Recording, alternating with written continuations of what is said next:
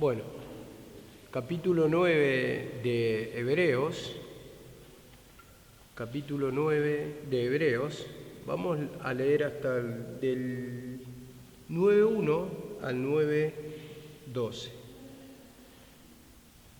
Vamos a tocar los últimos versículos, que lo importante, dice así la palabra. Ahora bien, el primer pacto tenía ordenanzas de culto y un santuario terrenal, porque el tabernáculo estaba dispuesto así. En la primera parte, llamada el lugar santo, estaba el candelero, la mesa y los panes de la proposición. Tras el segundo velo estaba la parte del tabernáculo llamado el lugar santísimo, el cual tenía un incensario de oro y el arca del pacto cubierta de oro por todas partes, en la que estaba una urna de oro que contenía el maná, la vara de Aarón que reverdeció y las tablas del pacto. Y sobre ella los querubines de la gloria que cubrían el propiciatorio, de las cuales cosas no se puede hablar ahora en detalle. Vemos. Y dice en el 9.6, así está dispuesta estas cosas.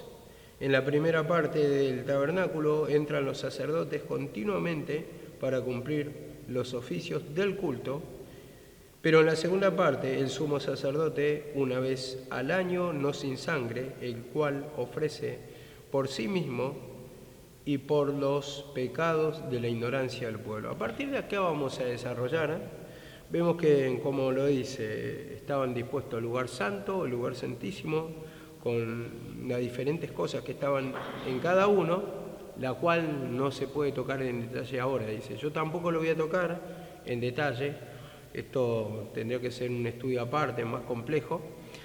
Yo solamente quiero tocar esta parte que dice en el 7. En la segunda parte entraba el sumo sacerdote una vez al año, no sin sangre. Y esto está escrito en Éxodo 30:10 y en Levítico 16:11, que Aarón mandó a degollar, dice en Levítico 16, un becerro, y bueno, sacrificaba por él y por el pueblo. En Éxodo 30:10, por ejemplo, dice que él sacrificaba y dice que rociaba la sangre del animal muerto en los cuernos donde se ofrecía el sacrificio, el altar del sacrificio. Bueno, esto simplemente lo quería tocar, que decía una vez al año, para que lo tengan en cuenta, porque yo siempre veníamos nombrándolo a este versículo, pero nunca tocamos por el Antiguo Testamento dónde están. Entonces, si ustedes van a estudiar, ustedes lo van a ver, lo ven en Éxodo 30 y en Levítico 16:11. Y a partir del 8, que vamos a tocar ya versículos leídos, dice así el versículo, dando el Espíritu Santo a entender con esto, que aún no se había manifestado el camino al lugar santísimo, entre tanto la primera parte del tabernáculo estuviese en pie. Vemos acá la palabra, dice, una primera parte y la segunda. Vemos acá la palabra, como dice, que en la segunda parte estaba el lugar santísimo, que entraba el sumo sacerdote, dice en el 9.7, ¿no? Y dice, dando esto a entender que todavía no se había manifestado el camino al lugar santísimo. ¿Por qué? Porque entraba solamente el sumo sacerdote.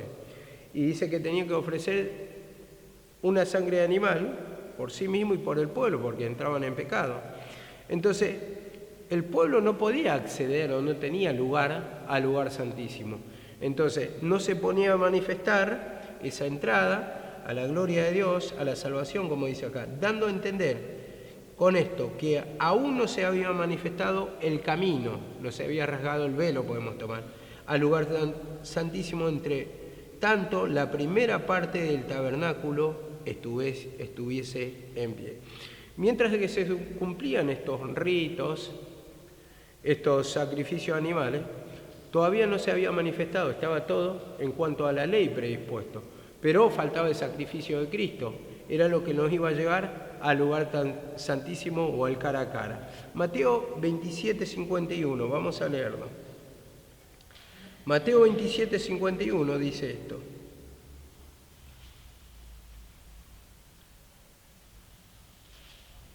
Dice así, desde el 50 lo leemos.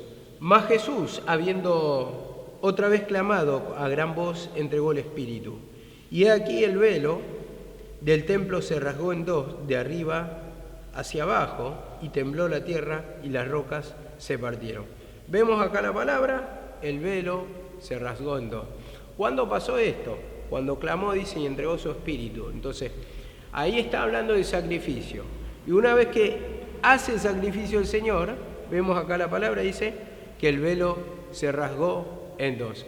Entonces el velo es la representación del pecado, ¿no? Lo que separa al hombre de Dios.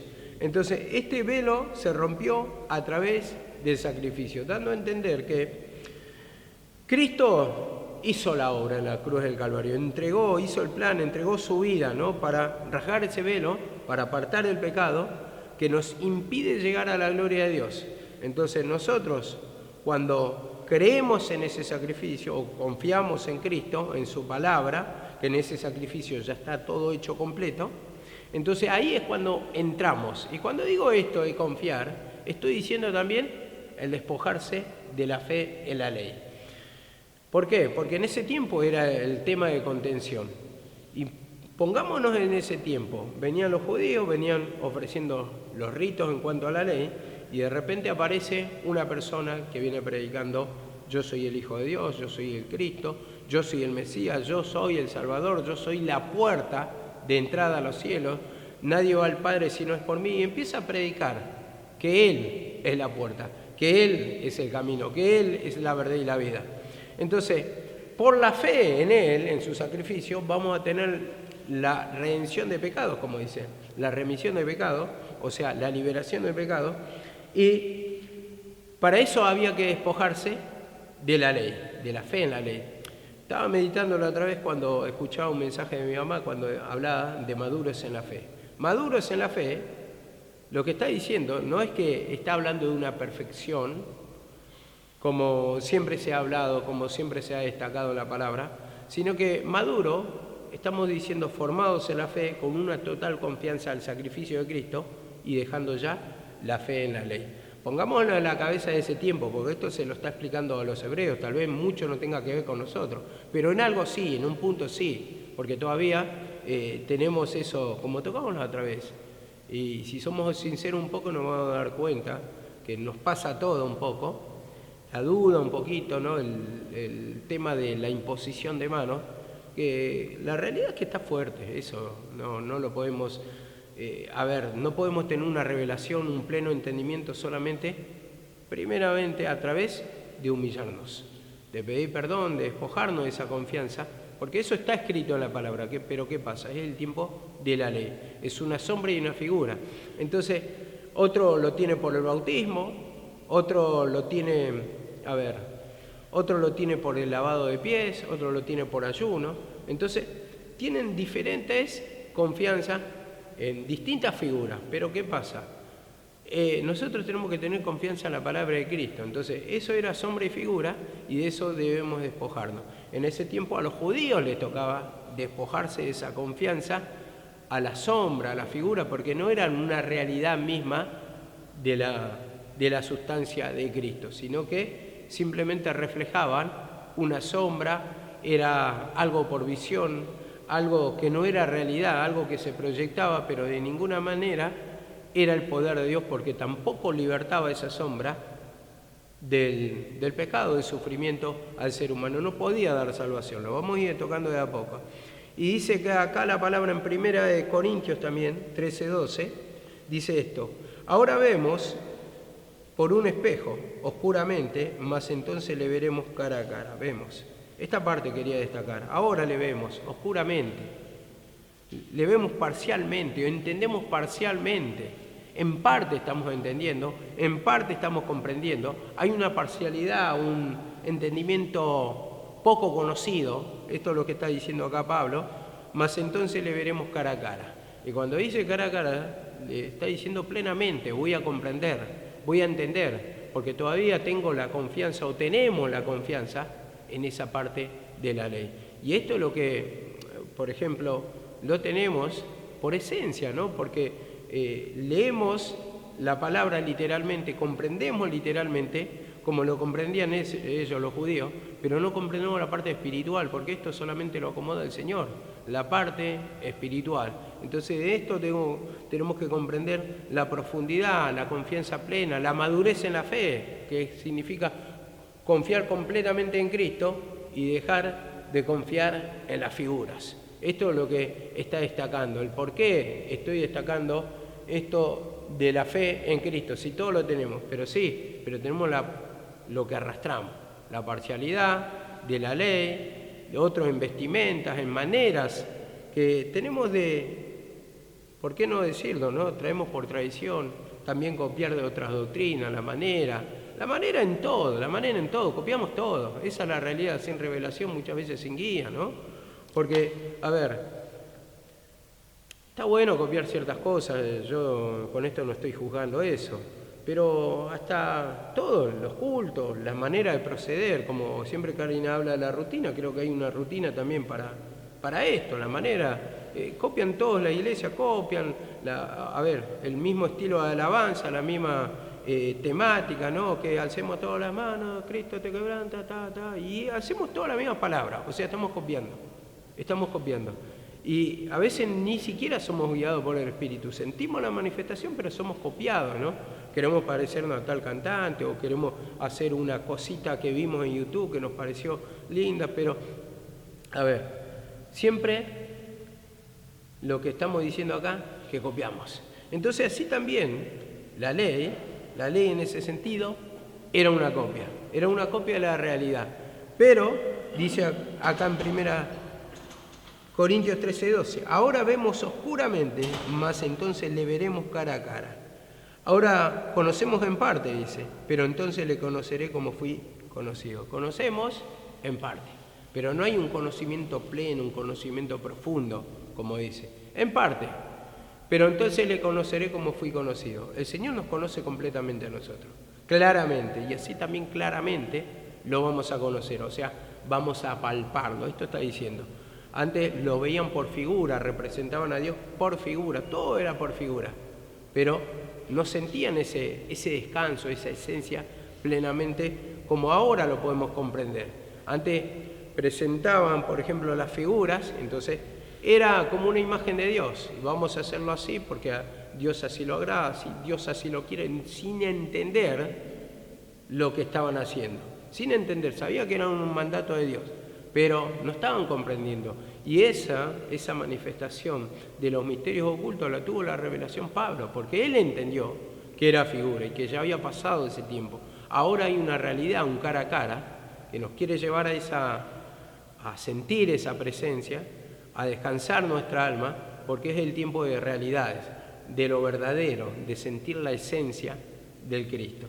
Y dice así también en Hebreos 10, 19 y 20, dice esto. Hebreos 10, 19 y 20. Esto es lo que siempre estamos destacando últimamente. Dice así: así que, hermanos, teniendo libertad para entrar en el lugar santísimo por la sangre de Jesucristo, por el camino nuevo y vivo que Él nos abrió a través del velo. Vemos, a través del velo. Pero ¿cómo entramos? Por su sangre, dice. O sea, está destacando el sacrificio. Por su muerte, entonces tenemos entrada. Por su sacrificio, por su entrega, por cumplir el plan de Dios. Entonces, nosotros si creemos a eso, nos despojamos de la figura de la ley. Vemos que en otra doctrina, por ejemplo, dice, si crees en Jesús y te bautizas, vas a ser salvo. Por el bautismo, o sea, está agregando el bautismo. Pero nosotros sabemos que somos salvos por gracia, como dice la palabra. Por gracia soy salvo y no por obra para que nadie se gloríe. Entonces, tal vez no sea una obra de la ley, pero sí estaba este bautismo en el tiempo del bautismo de Juan de la ley. Y alguno me dirá, bueno, pero está hablando tal vez del bautismo de Jesucristo. Pero el verdadero bautismo en Jesucristo, ¿cómo es? Dice, seré bautizado con fuego del Espíritu Santo, ¿no? O del Espíritu de Dios. Vemos. Entonces, de ese poder está hablando, de esa esencia. Nosotros todos fuimos bautizados en su muerte, dice. Entonces, el bautismo que figura de la muerte y la resurrección. Entonces, está hablando de una figura claramente. Y nosotros cuando nos arrepentimos del pecado, morimos y resucitamos. Entonces, ahí tenemos ese bautismo, la muerte y resurrección. Entonces, ahí tenemos nuestra salvación o nuestra liberación del pecado. Dice así también, en Juan 10:7, dice así la palabra, Juan 10:7, yo soy la puerta de las ovejas. Esto lo dice el Señor, yo soy la puerta de las ovejas. Entonces, se abrió el velo, se rasgó el velo, nos marcó el camino, y como dice acá, yo soy la puerta de las ovejas. Algo parecido también dice en Juan 14:6, yo soy el camino, la verdad, la vida. Nadie va al Padre si no es por mí, dice. Si no es por mí. Entonces se muestra como puerta, se muestra como camino, como que está marcando el camino Él. Entonces, vemos que veníamos del versículo 9 de Hebreos 9:9. Entonces, como Él marca el camino, como Él nos hace entrar a la presencia del Padre, en la figura esa, el sumo sacerdote entraba en el lugar santísimo, ahora entró Cristo a través de su muerte, el verdadero sacerdote, y también nos lleva a entrar en su presencia cuando creemos en Él, porque Él nos marca el camino, Él nos hace entrar a ese cara a cara. Amén. Y dice también en Efesios 2:18, por medio de Él, los unos y los otros, o sea, los judíos y los gentiles, tenemos entrada por un mismo espíritu al Padre, o sea, por Jesucristo al Padre. Tenemos entrada por medio de Él. Y cuando habla de Él, está hablando de su sacrificio, de su entrega. Entonces, está destacando muchas cosas acá en Hebreo, que está separando claramente el tiempo de la ley con el nuevo tiempo, el pacto de Jesucristo, a través de la cruz, en que tenemos redención de pecado, liberación de pecado, en que somos perdonados. Vamos a leer el versículo 9 ahora, Hebreos 9:8, estuvimos desarrollando, ahora vamos a leer el 9:9. Dice, lo cual es símbolo del tiempo presente, según se presentan las ofrendas, sacrificios que no puedan hacer perfecto en cuanto a conciencia al que practica ese culto. Entonces esto es lo que vamos a destacar. Que la ley no puede salvar, no puede hacer perfecto al que practica ese culto, dice, en cuanto a la limpieza del alma, dice. Es un símbolo solamente del tiempo presente, de este tiempo, pero no pueden libertar, no pueden dar salvación, no pueden hacer perfecto, esto como dice acá, en cuanto a la conciencia, no pueden perfeccionar conciencia limpia, eso está diciendo, al que practica ese culto. Y nos lleva esto a Hebreos 7:19. Hebreos 7:19 dice así la palabra, hablando de que la ley no puede dar salvación y no puede dar liberación. Eso es lo que da a entender este versículo. Pues nada perfeccionó la ley, dice. Nada perfeccionó la ley, y de la introducción de una mejor esperanza por la cual nos acercamos a Dios. Entonces nada perfeccionó la ley. Se introduce una nueva esperanza, ¿para qué? Para acercarnos a Dios, dice acá la palabra. Él es el único camino que nos lleva al Padre. Yo soy el camino, destacamos en el versículo 8. Entonces, Él abrió el velo, Él nos indicó el camino, Él hizo el sacrificio, Él entró al lugar santísimo, como una figura ahí, entraba el sumo sacerdote, pero en realidad está dando a entender que el Cristo a futuro entra y entra para quedarse. Y ustedes fíjense que cuando destacamos en Efesios que dice que se sentó en los lugares celestiales, ¿no? Y habíamos destacado en algunos de estos capítulos últimos de Hebreos que cuando entraba Aarón, entraba y dice que no había ninguna silla dispuesta ahí. Él ofrecía parado, dando a entender que él entraba y salía, no era un servicio permanente y se cambiaba de sacerdote cada vez que moría el antecesor. Pero Cristo entró y se sentó en los lugares celestiales, o sea, dando a entender que su reinado es para siempre, es para quedarse, es permanente. Esto está diciendo. No hay otro sumo, sino que Él es sumo sacerdote siendo hecho eterno, dice, sumo sacerdote. Entonces, dando a entender que es un pacto eterno que se queda para siempre, que vino para quedarse, y no como en ese tiempo, que entraba una vez al año, entraba un ratito y se la manifestaba en el propiciatorio una nube figurando la presencia de Dios, y ahí le hablaba al sumo sacerdote y el sumo sacerdote le comunicaba al pueblo. Pero ahora ya Cristo se sentó en los lugares celestiales. Y cuando habla de ese reinado, de sentarse, porque eso también habla de reinado, y que es un reinado permanente, dice que Él es heredero y nosotros coherederos. Y dice que Él se sentó a su diestra y nosotros con Él también. Entonces, si Él está ahí, nosotros también estamos ahí, como dice un versículo. Iré y os prepararé morada, para que donde yo estoy, vosotros también estéis. Entonces, a esa presencia nos quiere llevar, que reinemos, que estemos en la presencia de Dios permanentemente. Y esto ya depende de nosotros, de la fe, del juzgarnos, del pedir perdón, y cada instante en que vemos que nos sentimos turbados, ir al sacrificio de Cristo, a tomar ese valor, pedirle perdón, Señor, perdóname porque se manifiesta la vieja esencia y necesito otra vez estar en comunión con Dios, en la presencia del Padre, que descanse mi alma. Entonces, otra vez, para eso está el sacrificio, porque se presenta el sacrificio, le clamamos a Jesús porque tenemos confianza en el sacrificio, por eso vamos a clamar a uno que sabemos que nos puede responder, porque nosotros no le clamamos a un santo, no le estamos clamando ni siquiera a uno de estos ídolos mundanos, ni al gauchito Gil, ni a San la Muerte, sino que vamos a buscar la presencia del Padre para clamar. ¿Para qué? Para que nos dé ese descanso, y como su Hijo hizo el sacrificio, entonces tenemos acceso. Nosotros clamamos en el nombre que dice de Jesús. Nosotros pedimos en el nombre de Jesús, y cuando estamos diciendo en el nombre de Jesús es que estamos creyendo a lo que Él hizo en la cruz del Calvario. Pedimos perdón, confesamos nuestros pecados. Señor, tú mandaste a tu Hijo ¿para qué?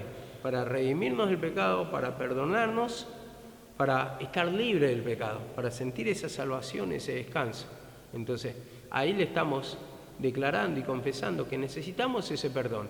¿Y por qué confesamos? Porque estamos confesando nuestra incapacidad, todo lo que somos, esa esencia carnal, que somos incapaces de ser libres por la obra de la ley o por nuestro mérito propio, no tenemos esa salvación. Por eso vamos a un perdonador, porque necesitamos del perdón. Y en Cristo tenemos la redención del pecado o el perdón de pecados. Y dice así la palabra en Romanos 3:20, dice esto. Romanos 3:20 dice: ya que por las obras de la ley ningún ser humano será justificado delante de él. Ya que por las obras de la ley. Básicamente repite lo mismo. Ningún ser humano será justificado delante de Dios.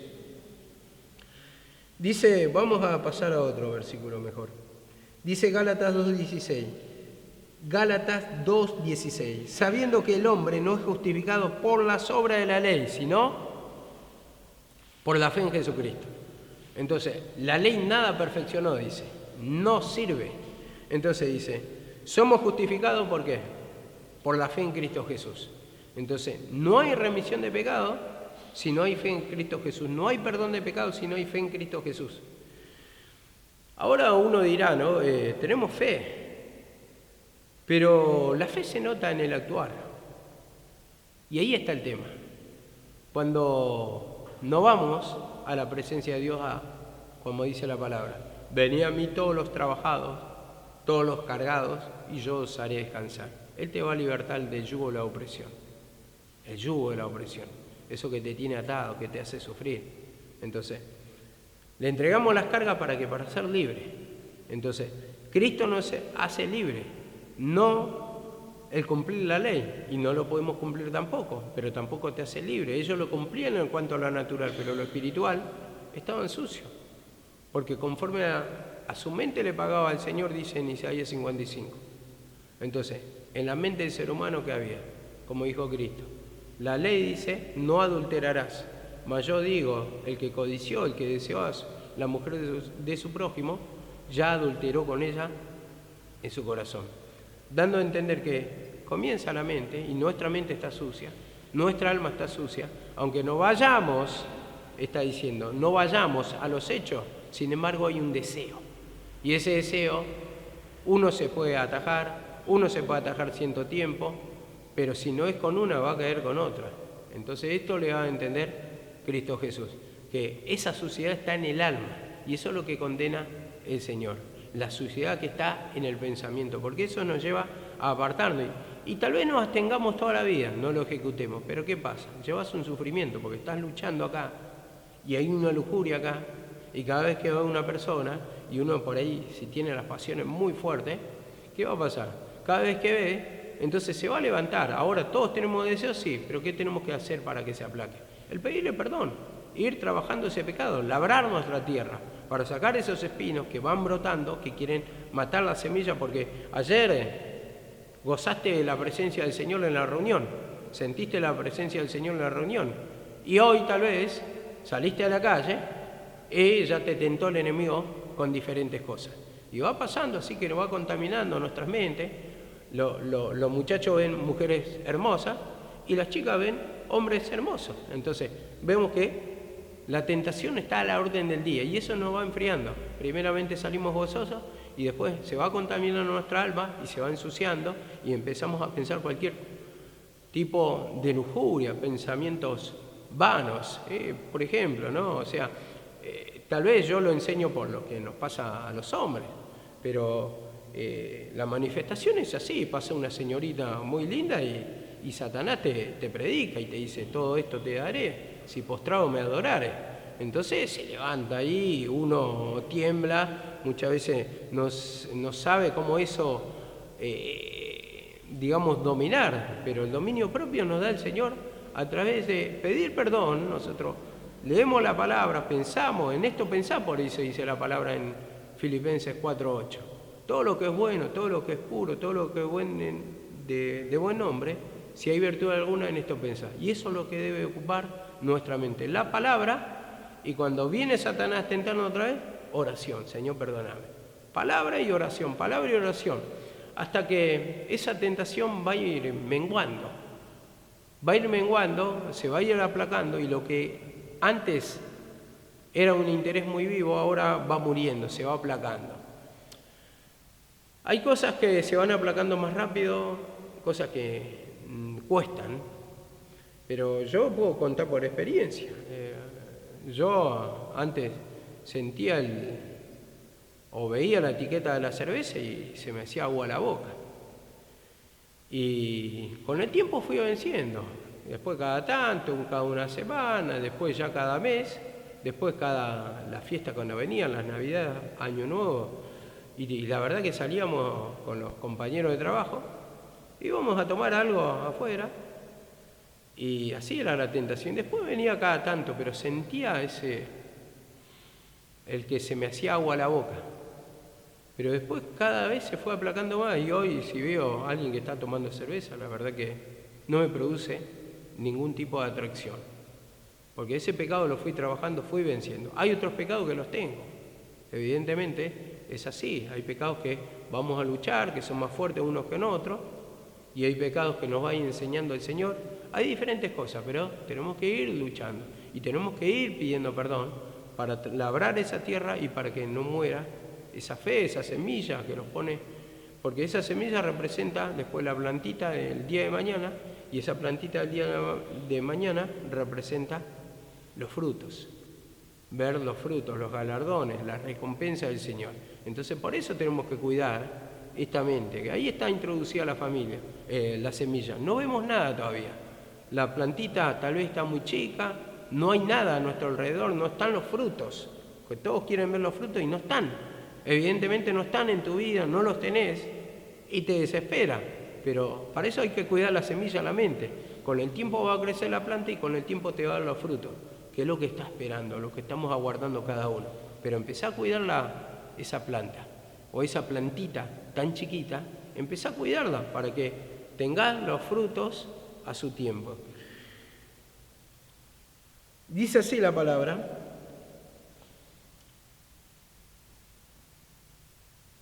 siempre tenemos que limpiar, ¿no? Porque mientras van buscando Hebreos 11:39, me contaron un sueño que tuvieron conmigo.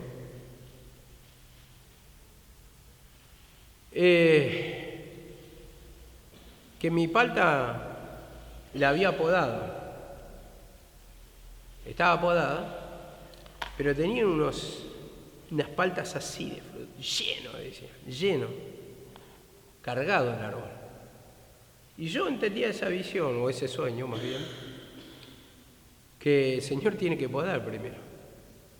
Podar las áreas de pecado y después vienen los frutos que esperamos, pero tiene que ser podado.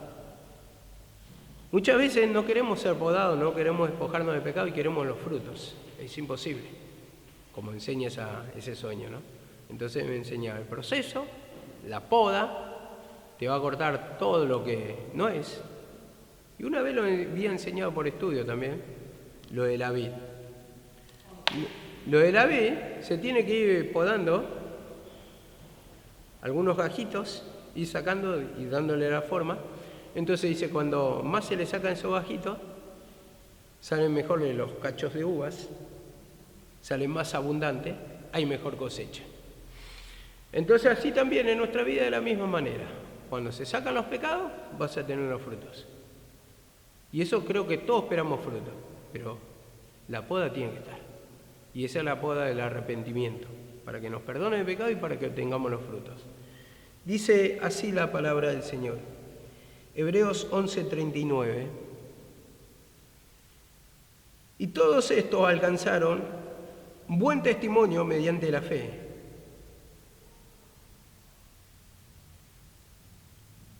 Perdón, otra vez lo leo. Y todos estos, aunque alcanzaron buen testimonio mediante la fe, no recibieron lo prometido. Y esto estaba hablando de los diferentes patriarcas que hubo, de Abraham, de Moisés. Pero dice, alcanzaron buen testimonio mediante la fe. La confianza que tenían en Dios, ellos cumplían los mandatos de Dios, otros cumplieron la ley de Dios, otros mandatos simplemente como Abraham, que no estaba todavía la ley de Moisés, si no estoy hablando mal. Y dice, pero no recibieron lo prometido. Y lo prometido, ¿qué era? Era la salvación, que algún día iba a venir el libertador. No recibieron lo prometido. No recibieron, aunque cumplieron en cuanto a la ley.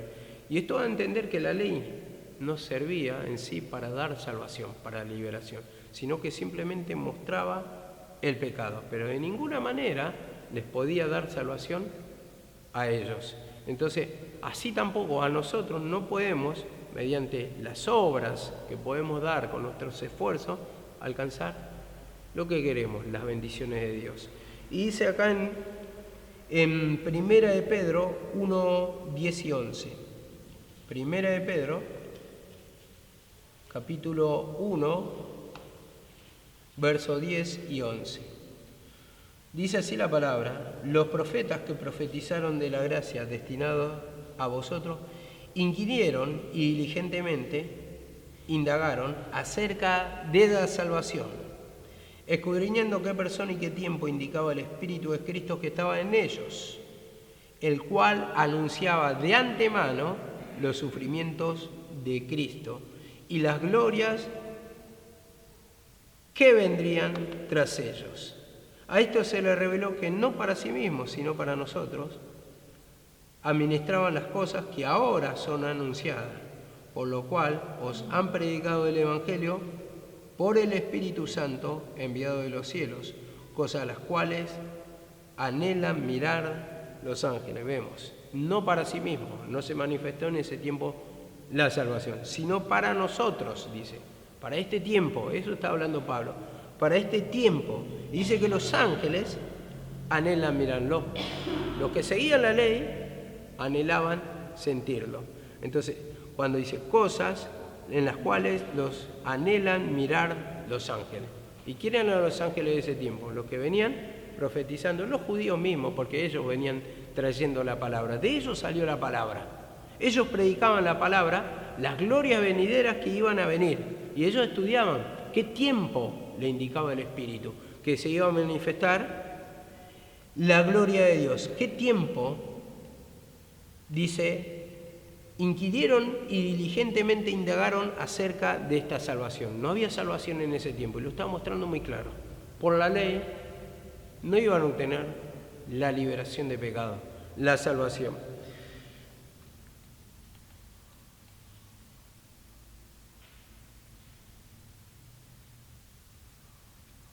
Versículo 11. Vamos a desarrollar el versículo 11, vamos a ver hasta dónde llegamos. Versículo 11 dice esto la palabra.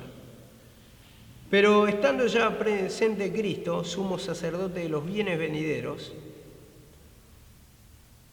por el... No, a ver, sí, ¿no? Sí, 7:11. Pero estando ya presente Cristo, sumo sacerdote de los bienes venideros. Esta parte vamos a tocar, los bienes venideros. ¿Qué son los bienes venideros? Vamos a dar esta explicación. Verso 11 dice, 2 de Corintios 4:18. 2 de Corintios 4:18 dice esto. No mirando nosotros las cosas que se ven, sino las que no se ven. ¿Qué son las cosas que se ven? La ley. ¿Por qué? Porque era en tiempo presente, eran los tabernáculos, eran todas las figuras que estaban presentes en ese tiempo. Lugar santo, lugar santísimo, el candelabro, todas cosas que eran presentes en cuanto a la ley. No mirando las cosas que se ven, dice, sino las que no se ven. Las que no se ven está dividiendo dos tiempos. ¿Por qué? Porque las que no se ven es el verdadero Cristo, es la realidad. Y dice, pues las que no se ven, las que se ven son temporales, o sea que van a pasar, va a pasar el tiempo de la ley y se va a acabar, dice, pero las que no se ven son eternas. Entonces esto es lo que no va a acabar, un ministerio eterno, un sacrificio, un reinado eterno. Y dice acá la palabra, 2 de Corintios 5:1, que es el nexo, dice así la palabra, porque sabemos que si nuestra morada terrestre, este tabernáculo, ahora le está diciendo, y ahí está dándole el sentido, el tabernáculo que veían ellos en cuanto a figura. Este tabernáculo, dice, por la tienda, ¿no? Por la tienda, eso es el tabernáculo. La tienda donde estaba el lugar santo y el lugar santísimo. Dice, se deshiciere, o sea, no esté más, dice, tenemos de Dios un edificio, dice, una casa no hecha de manos, eterna en los cielos. Está hablando dos tiempos, claramente. Entonces, la ley representaba ese tabernáculo ahí, representaba al mismo Cristo, o al mismo Dios, al mismo reinado, pero en tiempo de la ley. Pero ahora tenemos un edificio, una casa, tenemos una protección, tenemos, como dice la palabra, escudo, adarga, dice, castillo mío, torre fuerte, mi fortaleza, nuestra fortaleza. Entonces, ahí estamos amparados. El que habita bajo la sombra, bajo el abrigo del Altísimo, dice, morará bajo del Omnipotente, bajo la sombra del Omnipotente. Entonces, habla de morar, de vivir, de quedarse. Y nosotros de la única manera, por el sacrificio de Cristo, que podemos estar permanentemente, eternamente ahí. Pero en el tiempo de la ley era figura de simplemente ratitos, que venía el Espíritu de Dios, le tomaba a tal o cual persona o a tal profeta, daba el mensaje de Dios, se lo manifestaba el sumo sacerdote una vez al año en el lugar santísimo, y eran momentos chiquitos, esporádicos, que sentían ese descanso, esa presencia, o hablaban con Dios, esa comunión. Dice en una visión, no me acuerdo si en Isaías, Jeremías, ¿dónde está la visión esa? Que veía ángeles que subían y bajaban del cielo, ¿no? Por escalera, ¿no? Algo así. Subían y bajaban. ¿Y quién eran esos ángeles?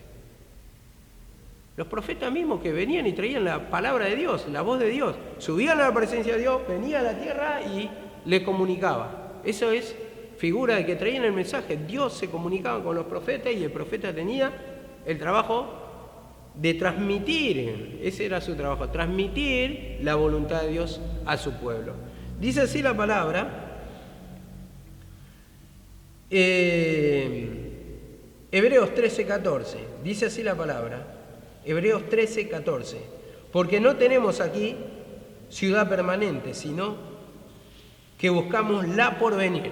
No tenemos ciudad aquí, ciudad permanente, sino que buscamos la porvenir. La porvenir que está hablando, de la misma presencia, la misma salvación, o sea, un lugar espiritual.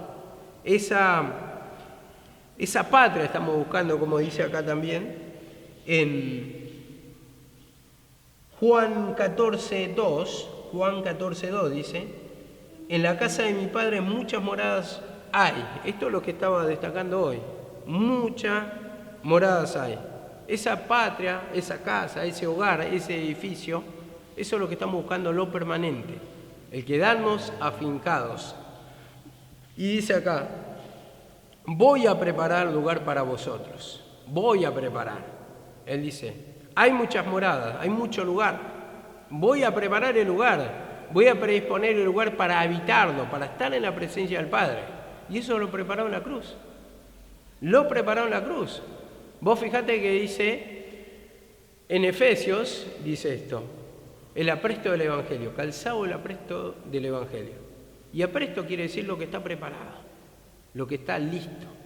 Entonces, nosotros tenemos, mediante la palabra de Jesucristo, mediante su sacrificio, mediante la fe en esa palabra, que Él se va a sacrificar por nosotros para darnos salvación, tenemos preparado un lugar. Y ese lugar es la misma presencia de Dios, le está diciendo. Entonces eso es lo que te da el descanso, lo que te da la liberación, como le dijo al ladrón. De cierto te digo que hoy estarás conmigo en el paraíso, dando a entender que cuando Cristo muere y resucita, ya le está dando salvación. Le está dando la liberación, dice, vas a estar conmigo hoy. Entonces, vemos cómo entra en la presencia mediante el perdón de Cristo por su sacrificio. Y dice así la palabra también, Efesios 2:19, así que ya no sois extranjeros ni advenedizos como diciendo visitantes, o personas que pasan casualmente, que están de pasada, sino conciudadanos de los santos, y miembros de la familia de Dios. Entonces buscamos un lugar, entonces ahí vamos a ser conciudadanos a través de aceptar, conciudadanos con otros que aceptan, entonces vamos a estar en el mismo lugar, esa patria celestial, como dice la palabra. Entonces está hablando de la misma presencia del Padre y ahí tenemos que morar. Ahí somos hermanos, ahí somos conciudadanos, ahí somos hijos de Dios, estamos en la presencia del Padre. Entonces, vemos que terminamos de destacar este versículo 11, cuando dice, sumo sacerdote de los bienes venideros, la patria por venir, el lugar por venir, los bienes venideros, que está hablando de morar en su presencia. Y esto era lo que estaba representando en cuanto a la ley del tabernáculo, pero ya estando presente Cristo, sumo sacerdote de los bienes venideros por el más amplio y más perfecto tabernáculo, no hecho de mano, es decir, no de esta creación. Entonces, la misma presencia del Padre, los bienes venideros, el reino eterno, salvación, liberación, hay tantas maneras de llamarlo y entender la palabra, como uno va hablando de diferentes formas para darnos a entender lo que es la presencia de Dios. Dice así la palabra en el 9:12. Dice así, y no por sangre de machos cabríos ni de becerros, o sea, por su propia sangre, sino por su propia sangre, entró una vez para siempre en el lugar santísimo, o sea, en la patria celestial, en el reino, en la misma presencia del Padre, habiendo obtenido eterna redención. Y redención lo que quiere decir, por su sangre, tenemos la redención, esto es lo que está queriendo destacar este versículo. Redención quiere decir conseguir la libertad de una persona y sacarla de la esclavitud mediante un pago de un precio.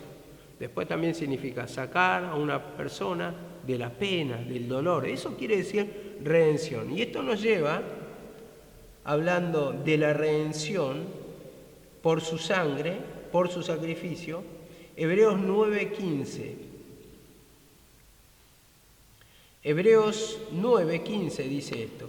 Así que Él es el mediador del nuevo pacto, para que, interviniendo muerte para la remisión de las transgresiones que había bajo el primer pacto, los llamados reciban la promesa de la herencia eterna. Entonces, Él es mediador del nuevo pacto, dice. El intercesor, el mediador, dice, para que, interviniendo muerte para la remisión. Su muerte, ¿para qué? Para la remisión, para comprarnos con precio, para sacarnos el dolor, la pena, la angustia, la esclavitud que había, dice, por las transgresiones que había bajo el primer pacto, en el pacto de la ley, por los pecados que se manifestaban estando bajo el primer pacto, dice, reciban la promesa de vida eterna. Entonces todo por su sacrificio, la remisión. Y como dice en 1 Pedro 1:18, dice esto: sabiendo que fuiste rescatado de vuestra manera vana de vivir, el cual recibiste de vuestros padres, no con cosas corruptibles, como oro y plata, sino con su sangre preciosa, con la sangre preciosa de Cristo. Dice, fuiste rescatado de tu manera vana de vivir, del pecado mismo, del sufrimiento, con la sangre preciosa de Cristo, dice. Con la sangre preciosa de Cristo, que habla del valor de su sacrificio. Entonces, en Cristo, en su sacrificio, tenemos el perdón de pecado. Pero para eso, como siempre decimos, pedí mucho perdón, porque nos conducimos a la manera que pensamos. Y lo que domina nuestra mente es lo que nos va a llevar a ejecutar. Entonces, de ahí, todo comienza, el apartarse de la presencia del Señor, comienza la mente, en la contaminación. Eso es lo que somos. Lo que vos pensás son lo que sos como persona. Y esos son, y por tus pensamientos son los pagos que recibís. Sufrimiento, dolor, vacío espiritual, porque está acá, dominando tu mente. Eso te degrada como persona, te vacía espiritualmente, te oprime y por lo tanto te roba la bendición. Y estás yendo en contra de tu persona cuando permitís la contaminación, cuando no estás en la presencia de Dios, cuando no pedís perdón de pecado, cuando no hay limpieza, cuando no hay arrepentimiento, cuando hay pérdida de tiempo. Entonces, nos está mostrando la palabra acá cómo es la voluntad del Señor. Y dice así la palabra. También eso está en Efesios, ¿sí? Bueno, Efesios ya lo leímos, ¿no? Efesios 7. Efesios 7 lo leímos. Dice lo mismo, así que eso lo vamos a pasar por alto. Colosenses 1:14 también dice lo mismo, en quien tenemos redención por su sangre, por el sacrificio de Cristo, perdón de pecados. Y finalmente voy a leer esto, porque esto sí lo vamos a desarrollar un poquito. Tito 2:14 dice esto: quien se dio a conocer a sí mismo por nosotros para redimirnos de toda iniquidad, quien se dio a sí mismo por nosotros, murió por nosotros para redimirnos de toda iniquidad, para libertarnos de sufrimiento. Puso su vida, esto está diciendo. Entonces, está destacando acá el valor del sacrificio de Cristo, cómo nos perdona, cómo tenemos el perdón y cómo tenemos la liberación. Amén, seguimos mañana.